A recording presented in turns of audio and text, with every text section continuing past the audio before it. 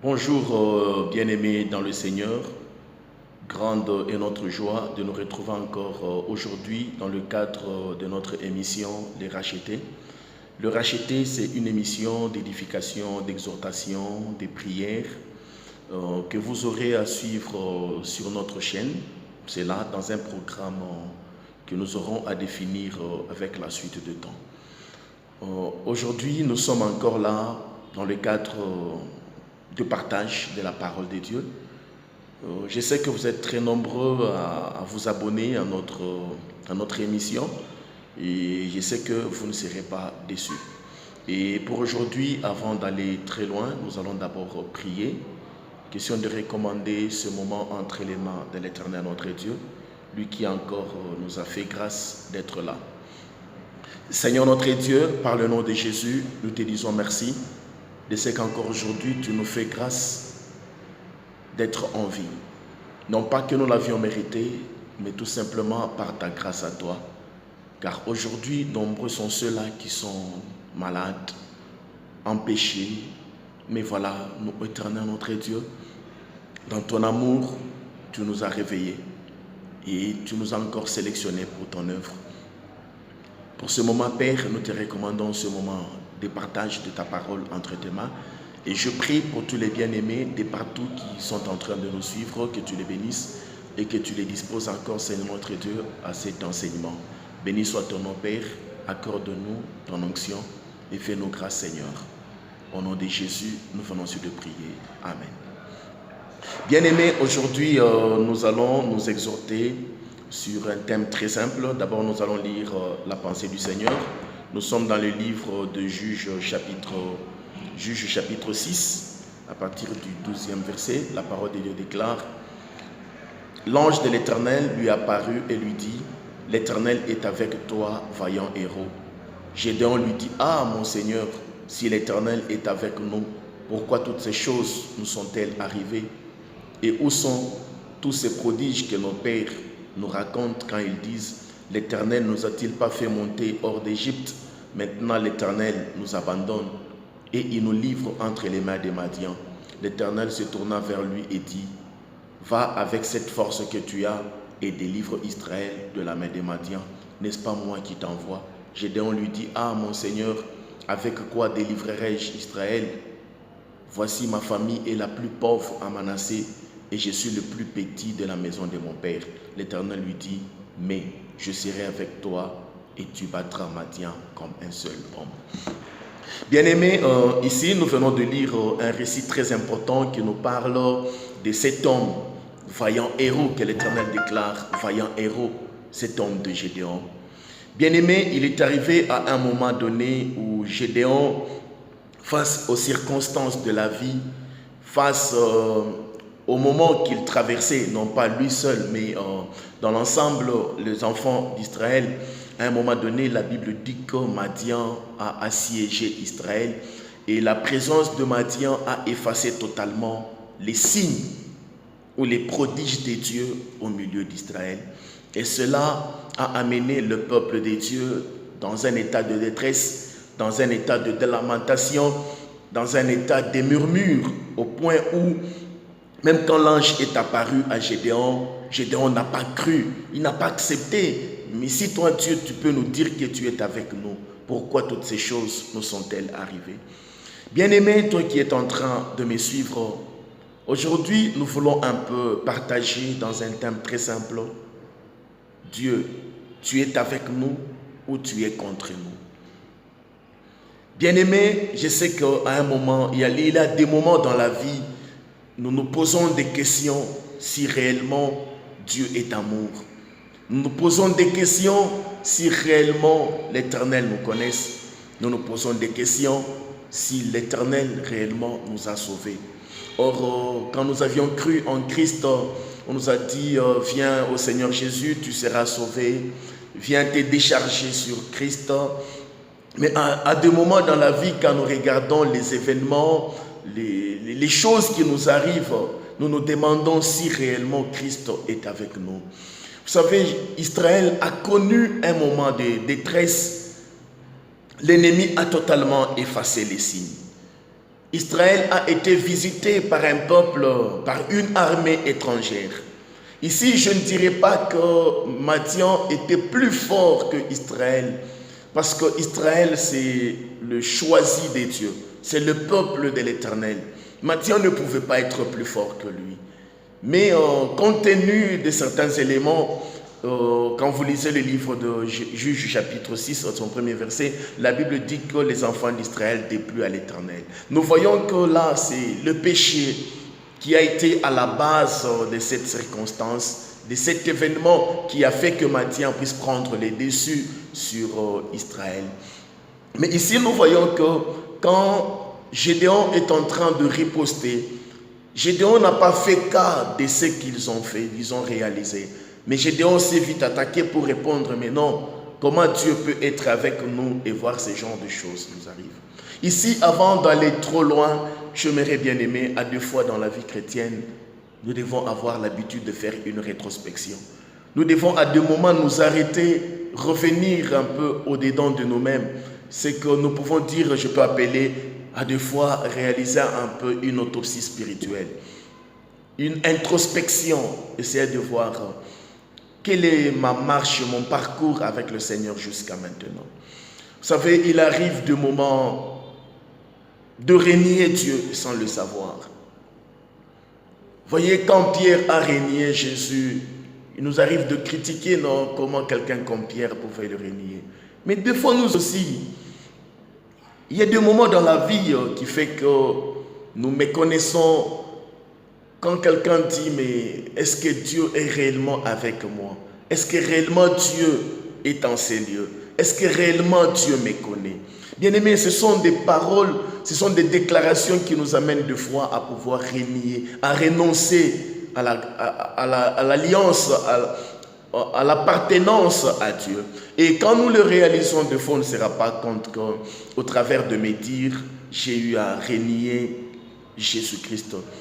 Vous savez, quand on a cru en Dieu, on n'est pas passé par un contrat ou remplir des formulaires, mais ça a été juste par des simples déclarations. Seigneur Jésus, je t'accepte comme Seigneur et Maître dans ma vie. Et cette déclaration directement nous octroie la qualité d'être appelé enfant de Dieu. Il en est de même aussi quand nous arrivons par des simples déclarations. Vous savez, des fois nous pouvons dire, quand on te pose la question, tu es chrétien, tu dis non, ça c'est trop fort. Mais il arrive des fois par les déclarations, des murmures, au travers d'une blessure interne, il nous arrive aussi de renier le Seigneur, de dire que non, Dieu n'est pas avec moi. Parce que si Dieu est avec moi, mais pourquoi toutes ces choses me sont-elles arrivées? Il nous arrive aussi par des paroles un peu réduire, faire de Dieu un maître ordinaire, un maître terre à terre, de fois, quand tu dis, vraiment, je me pose même la question si vraiment Dieu, si réellement je suis sauvé. Bien-aimé, de telles paroles nous amènent de fois à rompre, à réduire notre attachement avec le Seigneur. C'est pourquoi je tiens à dire à quelqu'un, bien-aimé, il est souhaitable dans notre parcours à des fois nous arrêter, revenir un peu au-dedans de nous et restaurer, je dirais, réconfesser ou renouveler notre appartenance, notre intimité avec le Seigneur, notre marche avec l'Éternel. Chaque matin quand nous nous réveillons, nous devons dire, Seigneur, je reviens à toi. Je proclame que tu es mon Dieu. Je proclame que tu es mon Seigneur. Je proclame que Jésus, tu es le maître de ma vie. Le Saint-Esprit, tu es mon guide, tu es mon conseiller. Cela nous remet encore en bonne attitude, en bonne marche avec le Seigneur. Là, nous voyons Gédéon totalement. Dieu lui dit que, voyant héros, l'Éternel est avec toi. Gédéon dit, niet, Dieu n'est pas avec nous. Parce que si Dieu est avec nous, pourquoi toutes ces choses nous sont-elles arrivées? Bien-aimés, c'est vrai, il nous arrive d'interpréter Dieu au travers de faits, au travers des événements. Quand tout marche, Dieu est là. Quand des fois nous avons des difficultés, nous nous demandons si réellement Jésus était venu, si réellement Jésus est mort pour nous, si réellement Dieu nous connaît. C'est pourquoi, bien-aimés, aujourd'hui, je voulais ramener quelqu'un à reconnaître que Dieu est avec lui. Si quelque part, il nous est arrivé d'aller à l'encontre, il est souhaitable que nous revenions à Dieu par une repentance. Bien-aimés, ayons l'habitude de nous repentir, ayons l'habitude de confesser nos péchés, ayons l'habitude, ce que je peux dire, ayons l'habitude de nous trahir. Même si tu n'as pas le courage de dire aux hommes ce que tu as fait, mais quelque part à toi seul, surtout pendant ce temps de confinement, tu peux t'enfermer dans la chambre, revenir un peu, te trahir au devant de Dieu. Seigneur, je reconnais que je n'ai pas été correct. Je reconnais que j'ai entretenu quelque chose de pas bien. Et en ce moment-là, l'Éternel qui est amour ne manquera pas de nous sauver. Et des deux, quand l'ange de l'Éternel dit à Gédéon, vaillant héros, l'Éternel est avec nous, est avec toi. Regarde, Gédéon riposte en disant, non, est-ce que c'est quelqu'un comme moi que Dieu peut appeler? N'est-ce pas, ma famille est la plus pauvre à Manassé? Bien-aimés, vous savez, des fois les difficultés nous enseignent plus fort que les bontés ou la bénédiction. Nous retenons beaucoup plus les enseignements des difficultés. Nous en retenons beaucoup plus ce que les difficultés apportent au-dedans de nous. Imaginez un peu, Gédéon, que Dieu appelle vaillant héros. Mais Gédéon va dire à Dieu, non Seigneur, tu t'es trompé. Comment tu peux m'appeler moi vaillant héros, alors que je suis le plus petit de la famille de Manassé? Il n'a pas dit que même je suis... il s'est réduit plus bas que Manassé. Pourquoi il a préféré pointer Manassé? Souvenez-vous, Manassé, c'est l'un des fils de Joseph qui avait le droit d'aînesse, qui avait le droit des bénédictions, mais lors de la bénédiction de Jacob, il avait inversé les mains. Au lieu que la bénédiction aille à qui de droit qui était Manassé, mais la bénédiction est allée auprès de Ephraïm. Donc Gédéon s'est vu que non, de la lignée de Manassé, moi je ne peux pas être béni. De la lignée de Manassé, quelque chose de bon ne peut pas venir parce que d'abord mon père, mon grand-père Manassé, il n'a pas eu accès à cela. Mais il y a une chose que Gédéon n'a pas percé, n'a pas compris. Pour lui, la famille a commencé par Manassé. Or Manassé était le fils de Joseph. Or Joseph, c'est cet homme-là à qui Dieu a révélé qu'il était devant qui le soleil, la lune, les étoiles se prosternaient. Bien-aimé, si ton père est le soleil, ou si ton père, le soleil peut se prosterner au devant de lui, imagine un peu. Mais à cause de la souffrance, Gédéon a oublié qu'il était de la lignée des forts. Non seulement qu'il était le fils ou le petit-fils de Joseph, mais Joseph était le fils de Isaac et de Jacob. Jacob était le fils d'Isaac. Isaac était le fils d'Abraham. Cet homme à qui Dieu a dit, par toi, je bénirai toutes les nations de la terre. Tu seras une source de bénédiction. Bien-aimé, Gédéon était de la lignée des hommes bénis.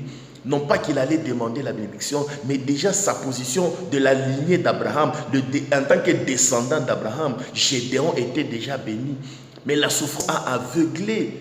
La souffrance a effacé l'identité de Gédéon. La souffrance a déplacé Gédéon de sa position. Bien-aimé, ici, laisse-moi parler à quelqu'un.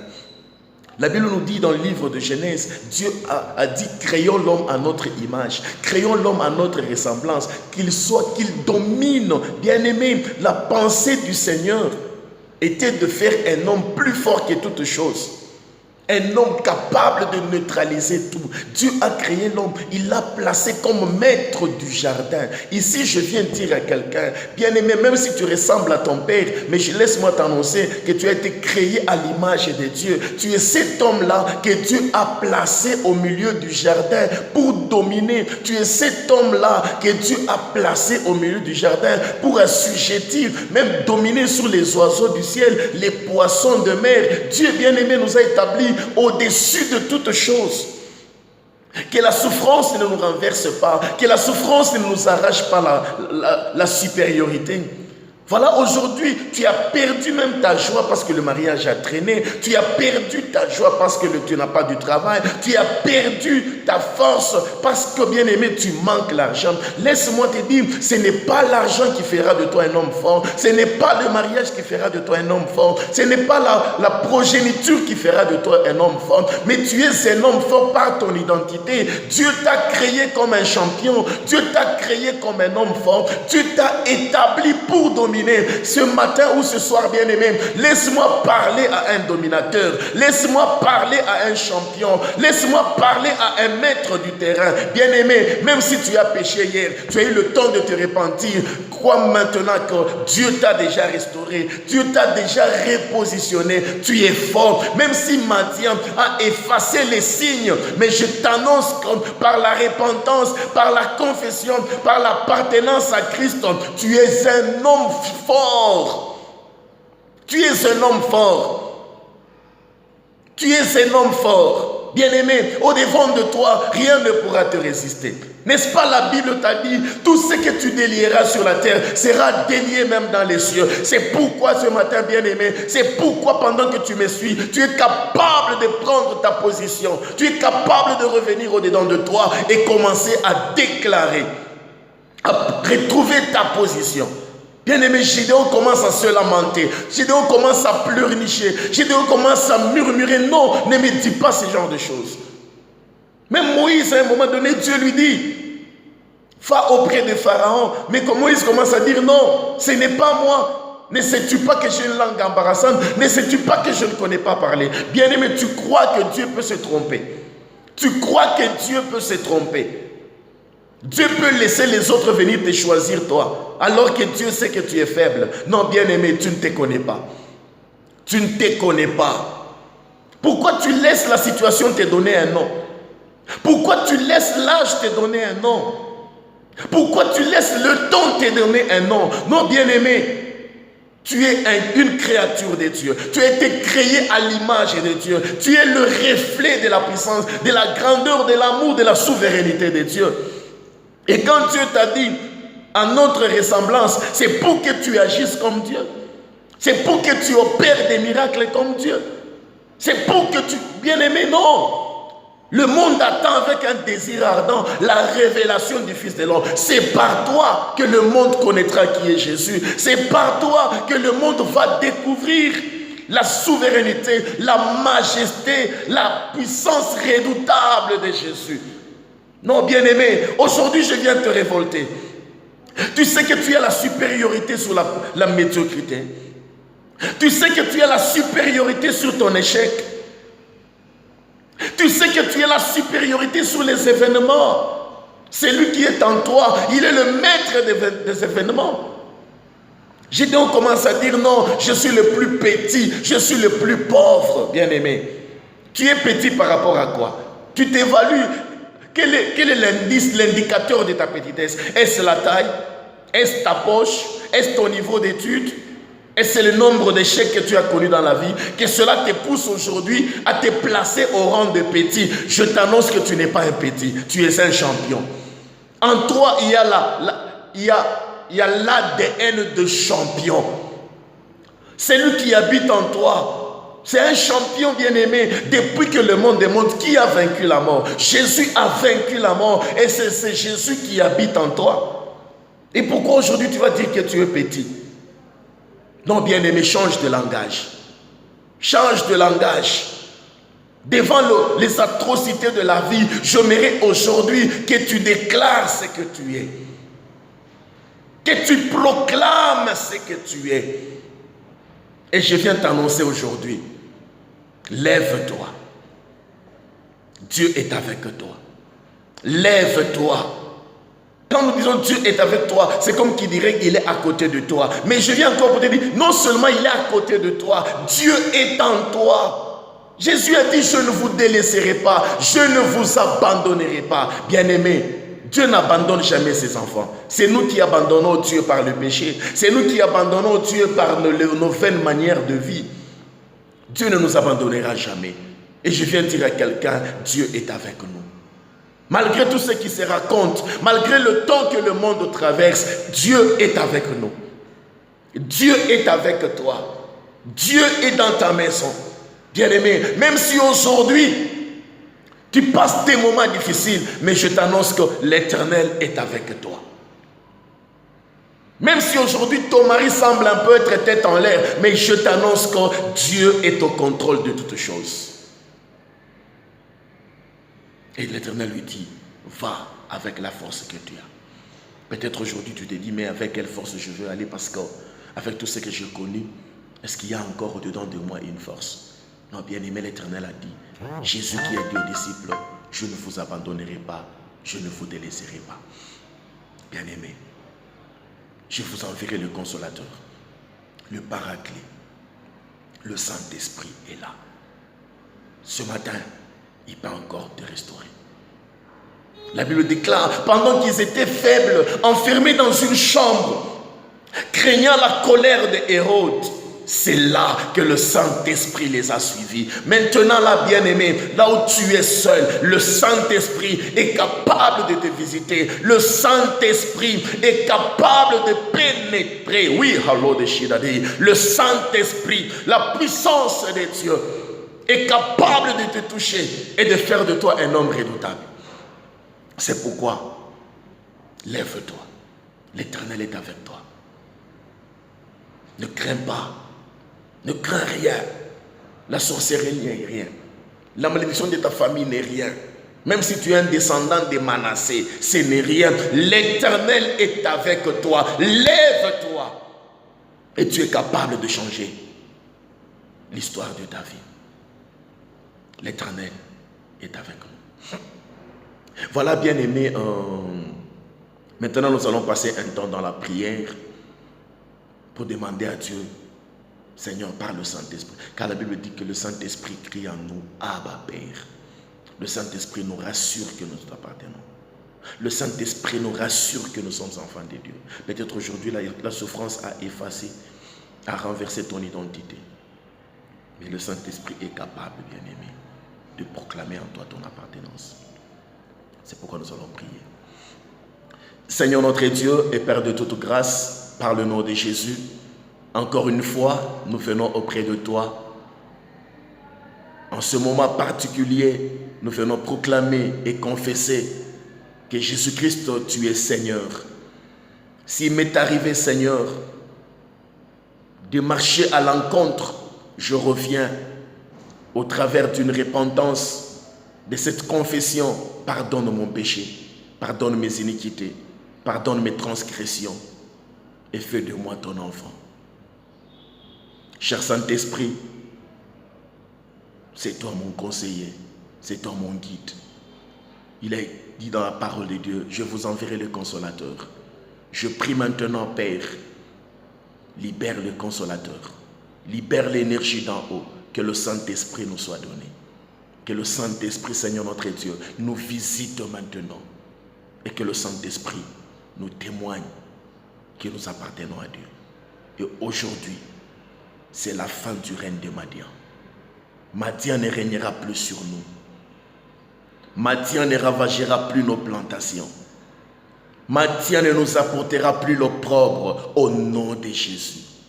Au nom de Jésus, je confesse et je déclare une nouvelle histoire. Merci Seigneur notre Dieu, au nom de Jésus. Amen. Voilà, bien-aimés, nous sommes arrivés à la fin de notre émission.